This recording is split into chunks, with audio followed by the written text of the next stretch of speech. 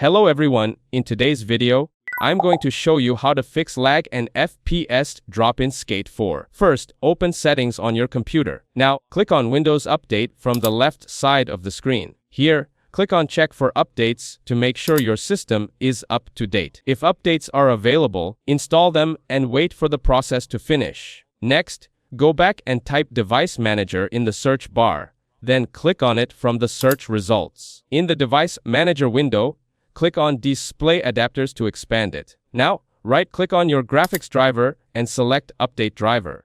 Then click on Search automatically for drivers and let Windows find and install the latest version for you. Once the update is complete, go back and restart your PC to apply all changes.